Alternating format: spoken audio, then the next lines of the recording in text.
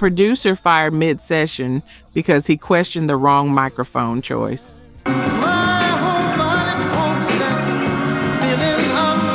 A teenage office cleaner discovered singing in a bathroom who became disco royalty.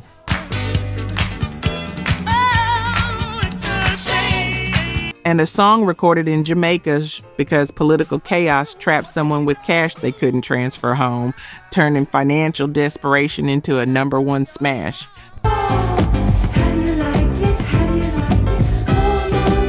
Number 12, Sunshine by Enchantment, 1977.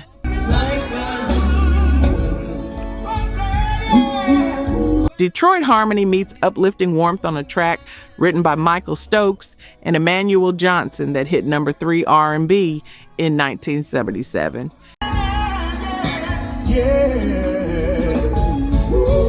Keyboards shimmer while guitars provide gentle punctuation, creating space where voices can soar and harmonize without competing for attention. The arrangement breathes optimism, strings lift without overwhelming, horns accent rather than dominate.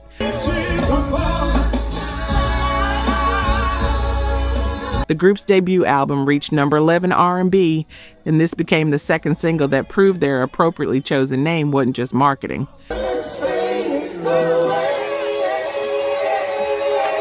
While their first single cracked the top 5, this one climbed even higher and stayed longer.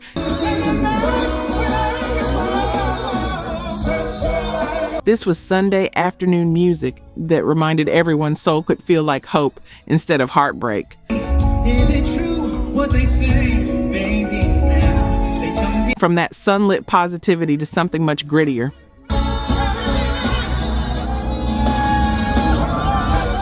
Number 11, Choking Kind by ZZ Hill, 1971. Oh, it's a shame, girl. I gave you my Texas gospel singer turned blues growler, influenced heavily by B.B. King. whatever it is, girl. Even adopted the initials as tribute. In my head. Oh, it's the choking kind. When producer Swamp Dogg brought him into the studio to record this country soul ballad in the early 70s, it reached number 50 R&B and established his career trajectory. Sweet and kind. Oh, yeah. His throaty baritone walked the line between church and juke joint. Mean a girl. It's the choking kind of love. Minor key vocal nuances meeting gospel tricks in perfect tension. A woman can kill a man. Years later, his Malaco Records album stayed on Billboard's Soul chart for 92 weeks, nearly 2 years. An unprecedented run that helped resuscitate the entire blues genre in the 80s. But this earlier recording showed the blueprint.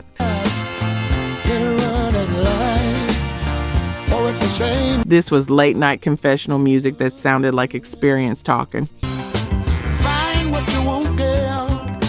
Keep it. While he kept it bluesy and honest, the next artist brought Philadelphia sophistication. Didn't you know it? Why didn't you? You know what breaks my heart a little? Only 1% of the people who watch R&B vinyl are actually subscribed.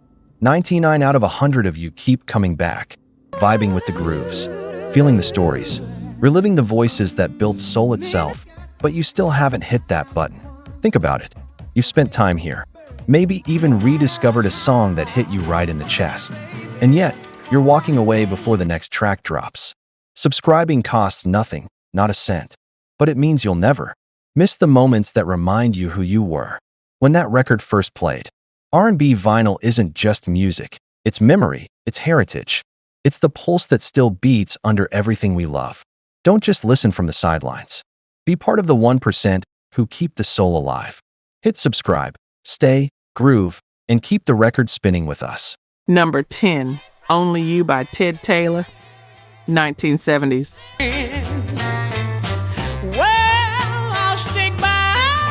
Southern soul singer with a falsetto that could shatter glass or caress like silk, depending on what the moment required. One thing I want to tell you. Oh, I don't. He recorded for Ron Records through the 70s, releasing multiple albums, including Tailor Made, that showcased his enigmatic vocal approach. I'm getting too silly with my baby. His biggest national hit came earlier with a different song, but this deep album track became a quiet storm staple. And I'm not going to tell you but one more time. Stay away, The arrangement leaves room for that voice to work. baby. If your car won't run, Keyboards provide foundation while his delivery creates all the drama necessary. be maybe. And that's what a friend. Stop. He started with gospel groups before moving to secular R&B, influenced by Little Willie John and Clyde McPhatter. But there's one thing I'm going to tell you. Died too young in a car crash in Louisiana, but left behind recordings that still get sampled in hip-hop. They put you in jail. Well, This was music that sounded like yearning made audible. From that intimate pleading to Philadelphia's polished groove. Believe what I say. Stay away from my. Number 9, Girl Don't Make Me Wait by Bunny Sigler, 1966. Cameo Parkway record singer who released this in 1966, showcasing his shift from doo-wop harmony to soul-inflected R&B. The track received both R&B and pop airplay, but the label folded before he could capitalize fully. So he started hanging around Gamble and Huff's offices, practicing martial arts moves that unsettled visitors until Kenny Gamble suggested he try songwriting instead. That suggestion changed Philadelphia's soul history. He became one of Philadelphia International's major creative forces, writing and producing for the OJs, Harold Melvin, and the Blue Notes, Patti LaBelle. But this earlier recording as a performer showed the foundation: smooth vocals over tight arrangement, urgency without desperation. This was Philly soul before the term existed. While he waited patiently in the groove, the next track needed no patience at all.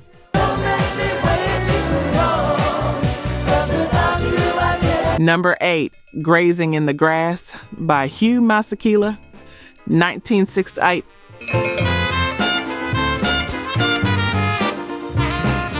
South African trumpeter Hugh Masekela took pure instrumental sunshine and turned it into a #1 pop smash in 1968, proving vocals weren't mandatory for total domination.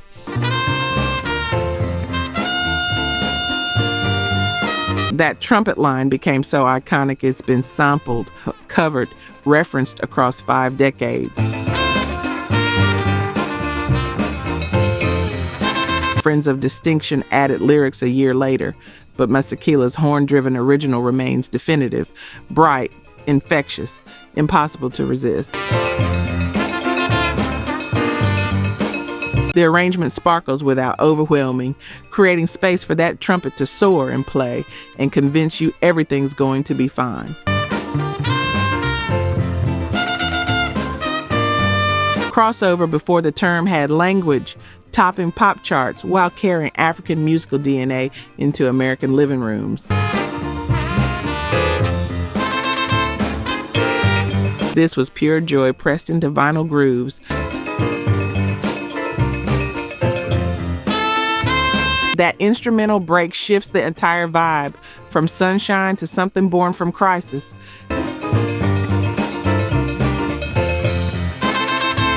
Number 7, More by Andrea True Connection, 1976. Our love for you is real. Take me where you want to. stuck in Jamaica doing real estate commercials in 1975, unable to leave after the government banned asset transfers following political upheaval. If you want to know how I really feel, just get the camera. Andrea True had cash but couldn't take it home, so she called producer Greg Diamond and recorded a demo, laundering her money through music.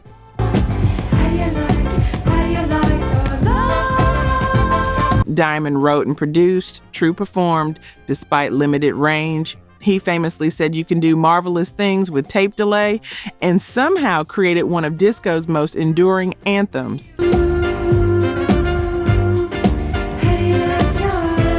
Released February 1976, it hit number 4 US, number 1 Canada, number 5 UK. Sold millions globally.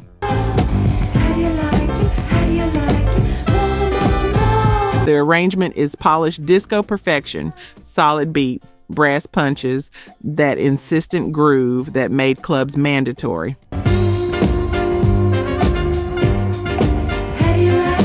Born from financial desperation in a Caribbean studio during political chaos, it became the soundtrack to every late 70s moment demanding more energy.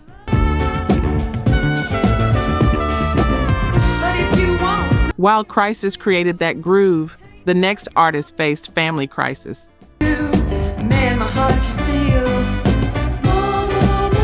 still. Number 6, Somebody's Watching Me by Rockwell, 1984.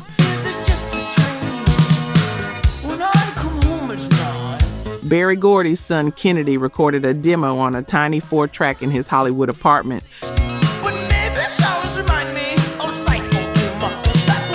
Played it for his father, got told not to quit his day job. Devastated, he took it to childhood friend Michael Jackson, who made him perform it 8 or 9 times, calling more people into the room after each performance.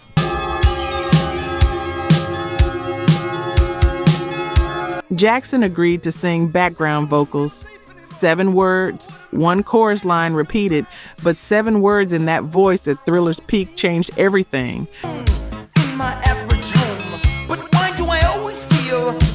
The song hit number 2 pop, number 1 R&B for 5 weeks, went gold, made 19-year-old Kennedy, now calling himself Rockwell, a star.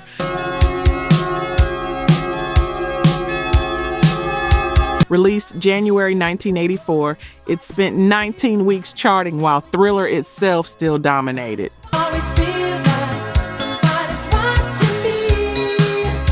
Motown founder's son using his Motown superstar neighbor to prove his father wrong.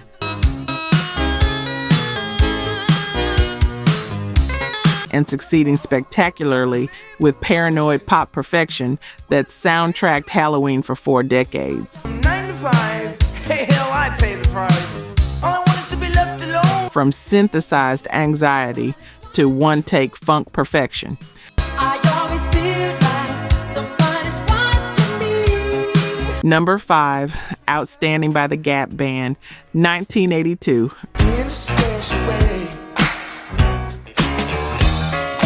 Producer Lonnie Simmons could be ruthless about perfection, demanding take after take until every element locked precisely.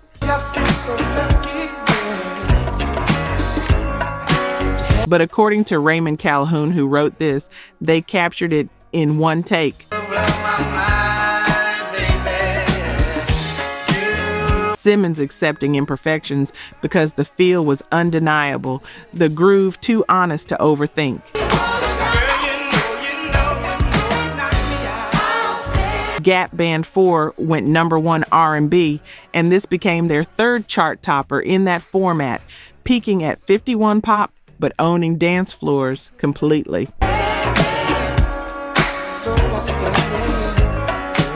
The Wilson brothers from Tulsa built their sound on synthesizers, drum machines, and bass lines so thick they became physical presence. Funk that made your chest vibrate before your feet moved. It's been sampled over 150 times.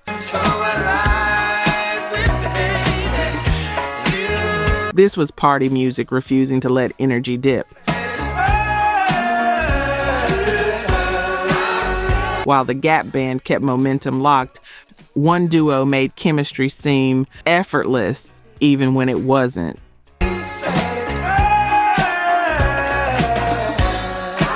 Number 4, Ain't Nobody by Rufus and Chaka Khan, 1983. It's been so long. I knew just what I would. Keyboardist David Walensky wrote it.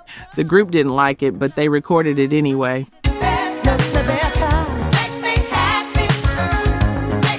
When producer Quincy Jones heard it, he wanted it for Michael Jackson's Thriller and almost got it. I feel like no one's real. I must be dreaming.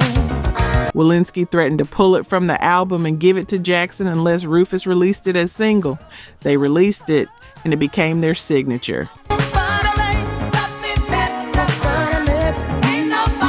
Hitting number 1 R&B, number 22 pop, spending weeks dominating in 1983.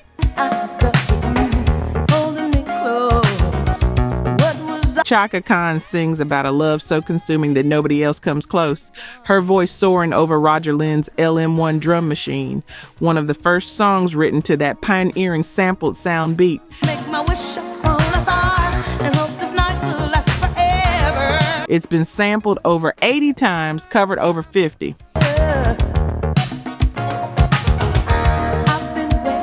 This was the last chart single before Khan went solo, and they saved the best for their exit. Can't believe I'm the one.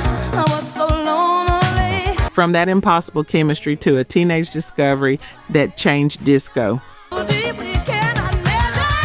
Ain't nobody. Number 3, Shame by Evelyn, Champagne King, 1977.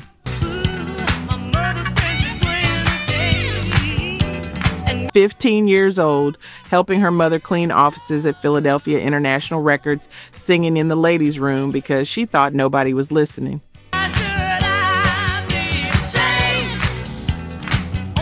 Producer Theodore Life heard her through the door, and everything changed in 90 seconds.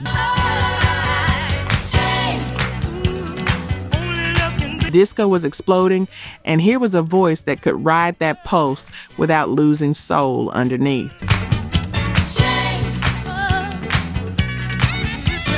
The original album version ran under 5 minutes, but DJs Al Garrison and David Todd created an extended remix emphasizing the beat harder. 6.5 minutes of pure dance floor inevitability. It climbed to number 9 pop, number 7 R&B, sold over 1 million copies, went gold, became one of disco's signature anthems.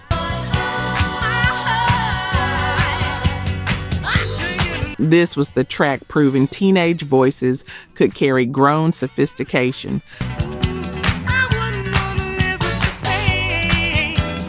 Bathroom to stardom in one overheard moment. While she brought disco energy, the next artist brought quiet storm refinement that redefined intimate. Number 2, Sweet Love by Anita Baker, 1986.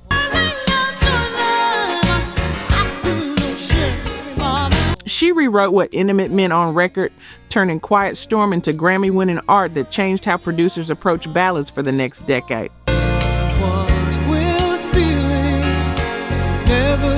The arrangement breathes. Bass from Louis Johnson, fresh off Thriller sessions.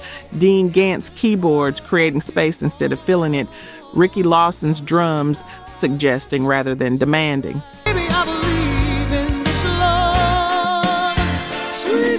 Producer Michael Powell had worked with her since 1975 when she joined Chapter 8, learning her voice like mechanics learn engines. It peaked at number 8 pop, number 2 R&B, but the real conquest was adult contemporary radio surrendering to something this sensual without apology. Never leave, 'cause Sampled in over 30 songs, covered over 10 times, it became her signature and Quiet Storm's template. all that you need, just trust. This was late night drive music sounding like revelation and promise happening simultaneously, warmth without losing edge. I feel no shame, I'm in love. And that warmth leads us to the ultimate. Sweet love. Number 1, Let's Get It On by Marvin Gaye, 1973. Feel, baby, then come on. Oh! Producer Ed Townsend asked for a specific microphone. The engineer said no, pushed talkback, told Marvin Gaye he was using the wrong one. Gaye checked the session sheet, read Townsend's name as producer, and said, "I'm the artist, he's the producer, I'll use whatever mic he says." It's true. Oh, baby. Ooh. The engineer was fired mid-session for questioning authority in the room where magic was about to happen.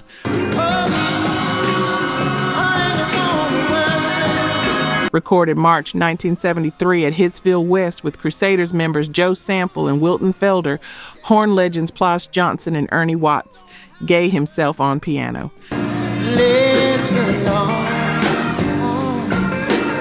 3 opening wah-wah notes that became Pavlovian response. Melody rooted in 50s simplicity wrapped in contemporary funk sophistication.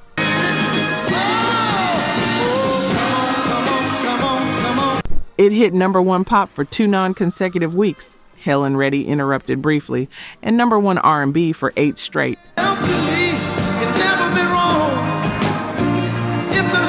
Motown's most successful U.S. single to that date, second biggest song of 1973. 20 million album sales followed. 2 years after making him a voice for social consciousness, this made him a sex symbol.